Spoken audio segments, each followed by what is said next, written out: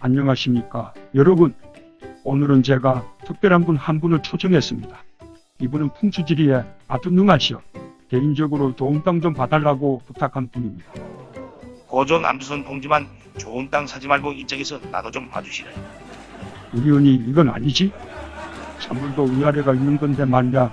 다 얼마 전에 나 죽다 살아난 거 알면서 기카야. 먼 길이 기 많아서 참 멀다고 하면 안 돼가고. 아무튼 이쪽으로 와서 보고 냉면 하나 먹고 가시니. 살부터 빼라고 했지. 자, 뭐 일단 강의부터 봅시다. 자, 그럼 청원 선생님을 모시겠습니다. 청원 선생님 나와주세요. 네, 안녕하세요. 청훈 선생입니다. 제 목소리가 많이 젊어졌습니다. 그럼 오늘의 주제인 땅 투자와 풍수지리 기본에 대해 설명하겠습니다. 부동산을 투자하는 데 있어 권리 분석, 물건 분석과 경기 전망을 하고 결정을 하는데, 풍수지리는 물건 분석을 하는 데 있어서 지역 분석과 개별 분석에 유용하게 쓰이고 있다. 우리가 눈으로 세상을 보고 있지만 본다고 해서 다 보이는 것이 아니고 아는 만큼만 보인다라는 말이 있는데, 정말로 좋은 부동산은 알면 보이고 모르고 관심이 없으면 보이지 않는 것이다. 우선 이러한 기본적인 양택이 풍수지리를 알아보면 다음과 같다. 1. 배산임수 원칙에 따라 배치한다. 배산임수는 말 그대로 산을 등지고 물이 있는 쪽을 바라본다는 뜻이다. 풍수지리에서는 한 치라도 높으면 산이라 하고 한 치라도 낮으면 물이라 한다. 즉 지면에서 높은 부분에 건물을 짓고 지대가 낮은 쪽에 마당을 설치함으로써 내려다보도록 하는 배치를 말한다. 만일 남쪽 지면이 높고 북쪽 지면이 낮은 지대에서는 지면이 높은 남쪽이 건물 후면이 되고 지면이 낮은 북쪽이 건물의 전면이 되는 북향 배치가 배산임수에 따른 배치 방법이다. 한국 사람들은 남향을 특히 선호하는데 북향에도 얼마든지 명당이 있다. 2. 하천이나 도로가 감싸준 안쪽을 선택한다. 잘 사는 동네는 모두 물이나 도로가 감싸준 안쪽이다. 휘어 돌아가는 바깥쪽은 기가 모이지 않고 흩어지는 곳이다. 용산의 동부이촌동 LG한강 자이아파트는 뒤로는 남산이 있고 앞으로는 한강이 궁수형으로 감어 돌아가는 명당 자리이다. 즉 같은 한강변 아파트라도 한강이 휘감아 돌아가는 용산구 이촌동이나 한강이 남의 압구정동 등이 궁수형으로 길하다. 3. 경사가 심한 도로가 있는 곳은 피한다. 경사가 심한 곳은 본래 산중턱이었거나 용맥이 지나가는 과정에 있는 지형이다. 경사가 심하면 물이 곧장 빠져나가므로 기가 모이지 않아 재물도 모이지 않는다. 그래서 상가가 형성되는 곳은 언덕 위가 아니라 경사가 끝난 평지에서 이루어진다. 4. 매립지에 지은 건물은 좋은 길을 받을 수 없다. 매립지는 지리적으로 저지대이고 큰 물이 나면 수해에 피해가 있다. 생땅에서 생기가 나온다. 이러한 땅에 옹벽을 쌓아도 결국은 물길이고 수맥에 피해가 있는 곳은 재물과 건강까지 위험할 수 있다. 5. 평탄한 곳에 건물을 짓는다. 시골 고향집에서 부잣집을 보면 모두가 마당이 평평한 집이다. 마당이 경사진 집은 기가 모이지 않아 가난한 집이 대부분이다. 물은 지기를 보호하므로 앞이 평탄한 지형에 기가 모인다. 용진열적하므로 용맥이 끝나는 곳에 혈이 맺힌다. 결국 물이 모이는 곳에 지기가 모이고 지기가 모이는 곳에 사람이 모이고 사람이 모이는 곳에 돈도 모인다. 6. 화장실은 구석에 둔다. 화장실의 기운은 음기이므로 집안의 다른 양기 기운을 억제한다. 그래서 화장실은 가능한 가장자리에 두고 부득이한 경우에는 화장실 기운이 주택 내부에 퍼지지 않도록 주의해야 한다. 특히 화장실의 문은 낮은 양이 지배하므로 화장실 문을 열어두어도 큰 문제가 없으나 밤에는 음이 지배하므로 닫아두어야 한다. 흔히 자고 일어나서 머리가 아픈 경우는 화장실 문을 열고 자기 때문이다. 7. 수맥이란 지하에 물이 모여서 흐르는 물의 줄기로 하나의 맥으로 존재하는 것을 수맥이라고 한다. 수맥의 생성 과정에 대해서는 여러 이론이 있으나 오랜 시간 동안 지표수가 서서히 걸러져 지하로 정화되면서 내려가 모여 하나의 물줄기를 형성하여 흐르는 것을 수맥이라고 한다. 이 수맥은 마치 우리 몸의 혈관과 같이 땅에 어디에나 퍼져 있고 24시간 쉬지 않고 흐르고 있고 그 양도 끊임없이 변하고 있다. 그런데 지상의 물은 높은 곳에서 낮은 곳으로 흐르지만 지하 수맥은 압력 차이에 의해서 흐른다. 그래서 산꼭대기와 같이 높은 곳에서도 물을 얻을 수 있는 것이다. 지하 수맥이 흐르면 수맥파가 만들어져서 지상으로 방사된다. 이 수맥파가 생성되는 원인은 물이 수맥 속을 흐르면서 여러 광물질이나 모래 자갈 등이 같이 섞여 흐르기에 강한 전기, 자기적인 성질을 가지게 되기 때문이다. 이 전기 자기적인 파장이 지상으로 방사되는 것이다. 또 지하 수맥은 끊임없이 움직이면서 새로운 물을 얻기 위해 지상에 물을 끌어들이는데 그 파장이 지상에서 여러 탐사 장비로 파악되는 것이 수맥파라고 주장하는 사람도 있다. 이 수맥파가 지하에서부터 두꺼운 암석이나 토양을 뚫고 지상에까지 전달되는데 그 파장은 수직파로 지상 수십 층의 건물에도 전달된다. 즉 수직 상승하는 파장이기에 그 위치를 파악할 수 있고 그 수맥파의 범위만 벗어나도 영향은 현저하게 줄어든다. 이 수맥파는 유해파로서 동식물들에게 여러 가지 악영향을 주는데 특히 활동할 때보다 잠을 잘 때 더 나쁜 영향을 준다. 특히 사람이 숙면을 취하려면 뇌파가 4Hz 이하로 내려가야 하는데 7에서 8Hz의 수맥파가 뇌에 계속 영향을 주기 때문에 깊은 잠을 잘 수가 없는 것이다. 또 음택의 묘 아래로 수맥이 흐르면 묘의 잔디가 뿌리를 내리지 못해 잘 자라지 못하게 된다. 대부분의 동물들은 이 수맥파를 싫어하는데 고양이는 수맥파를 좋아하여 수맥파가 흐르는 곳 위에서 주로 잠을 잔다고 한다. 따라서 고양이가 자신의 침대 위아래에서 잠자기를 좋아하는 경우에는 그 침대 근처에 수맥이 흐른다고 봐야 한다.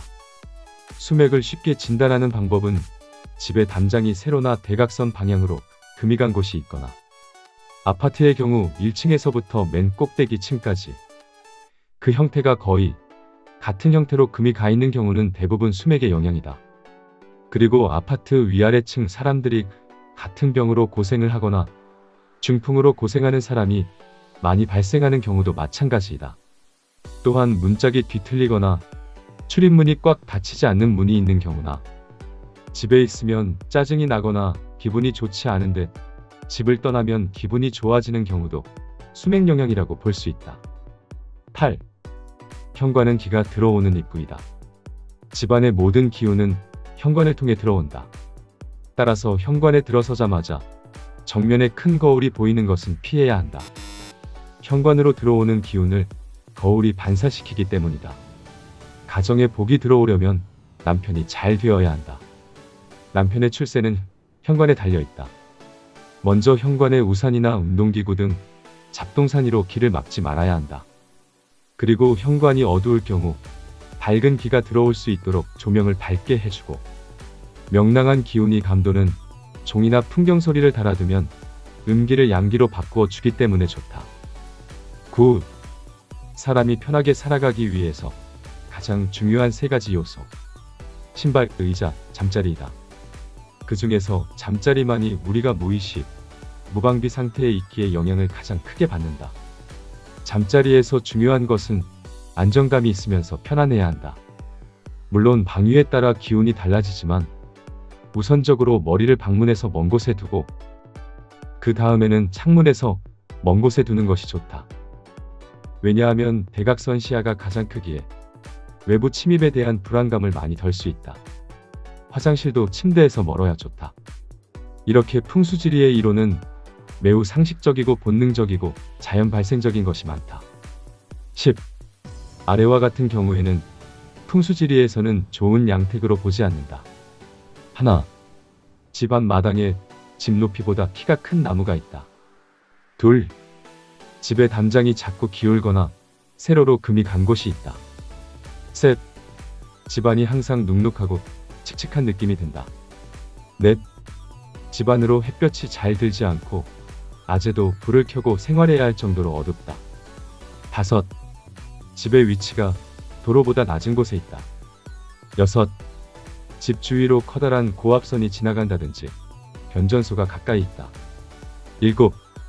쓰레기 매립장을 메우고 지은 집이다. 8. 큰 도로를 끼고 있어 항상 차량의 통행이나 소음, 먼지가 발생하는 곳이다. 9. 막다른 골목에 집이 위치하고 있다. 10. 담장이 집에 비해 지나치게 높은 편이다. 11. 집의 위치가 하천이나 호숫가와 너무 가까이 있어 안개가 자주 끼고 하천이 오염되어 악취가 자주 난다. 12. 자신의 집 주위에 건물을 짓다가 중단되어 사람이 살지 않아 폐가가 된 건물이 있다. 13. 자신의 집 가까운 곳에 많은 무덤이 있다. 14. 담장 앞마당에 상당히 큰 연못이나 분수대가 설치되어 있다. 15. 대문 바로 옆에 외부 화장실이 있다. 16. 집안에 멧돼지와 같은 종류의 동물 박제가 어둡고 구석진 곳에 여러 개 있다. 17. 자신의 집 주변의 집들이 자신의 집보다 너무 높거나 커서 눌리고 답답함을 느낀다. 18. 집안에 개미나 바퀴벌레가 유난히 많다. 19. 현재 살고 있는 집으로 이사를 온 뒤 건강이 급격히 나빠진 가족이 있다. 20. 집에 들어가기가 싫어 특별한 일이 없어도 저녁 늦게 귀가한다. 21. 잠을 깊게 자지 못하고 자주 깨거나 잠을 자면서 가위 눌림을 당해본 적이 자주 있다. 22. 가족들이 이유 없이 자주 아프고 약을 복용해도 잘 낫지 않는다. 23. 현재 집에 이사 온 뒤로 흉한 사고가 자주 일어난다. 자, 이제 여기서 풍수지리에 대한 기본적인 상식을 한번 살펴보기로 한다. 풍수에서 소위 음택과 양택의 두 가지로 나누나 그 본질은 생기가 충만한 땅을 구하여 거처를 정하는 것이 생기를 받는 기본으로 본다. 이러한 풍수설의 기본에는 음양오행설이 있다. 음양오행설에 따르면 우주 일체의 현상은 태극으로부터 분리된 음양양원기의 동정에 의해 현멸하고 소장하는 것이다. 오행설은 우주 만유의 본질을 이루는 요소를 목, 화, 토, 금, 수의 5가지로 간주하고 삼라만상, 즉 자연과 인생은 모두 이 5요소의 활동, 즉 오행의 범주에 속한다. 흔히 음양오행설이다 부르는 것은 우주의 현상을 둘로 대립시켜 밝음이 있으면 어둠이 있고 남자가 있으면 여자가 있듯이 우주 존재의 대립적 관계에 의해 다스려진다는 원리이다. 본시 음과 양은 하나로 태극 또는 무극이라고도 하나 이것이 발현이 되면 음양이 되고 다시 음양은 태양과 태âm, 소양과 소음이 된다. 이러한 풍수사상은 유교의 지능과 그 괴를 같이 하며 조선도 풍수사상이 널리 보급되었고 풍수는 원래 중국으로부터 삼국시대 전해져 신라와 고려, 조선조에 걸쳐 크게 번성한다. 실제 조선조가 출발할 때 한양을 도읍지로 정하게 된 것은 풍수지리가 그 기본 사상이다. 실제 현재 광화문앞 해태상은 관악산의 화기를 수성인 해태상을 세워서 막으려 했던 것이며 동대문은 좌청룡의 허한 길을 보강하기 위한 풍수적 개념으로 세웠고 다른 의미나 준사상하 등의 뜻도 있다. 풍수의 기본서는 금남경으로 진나라 시대 곽박이 지었다는 책이고 청호경은 한나라 시대 청호 선생이 지은 책이다. 우리나라에서는 조선조 경국대전 음양과 지리학과에 있는 호순신의 편찬으로 만들어진 지리신법이며 본서는 상하 2권 23장으로 되어 있다. 그리고 조선조 과거의 음양과 지리학 중에 제시된 것으로 명산론이 중요시 취급되었다. 그리고 인자수지와 지리대전이 있다. 인자수지는 명나라 서선술, 서선제 형제가 펴낸 것으로 30권으로 되어 있다. 지리대전은 명나라 추석류가 펴낸 것으로 7권으로 되어 있다. 그리고 조선시대의 민간의 풍수책으로 지리총론, 도선비책, 설심경, 한력지 등 수많은 책이 있고 실제 조선의 과거 시험에도 음양과 지리학 분야를 선발하였다. 그러나 이러한 풍수사상을 조상의 영을 편히 모시려는 노력 그 자체가 조상 숭배와 보본반시의 전통이다 하겠다. 그럼 오늘 강의는 여기까지 하겠습니다. 감사합니다. 청운 선생 지식이 좀 있구만. 거저 전부 박수 한번 주시라. 대단하네요. 대단합니다. 감회 잘 들었습니다. 포부. 선생님 오늘도 감사합니다.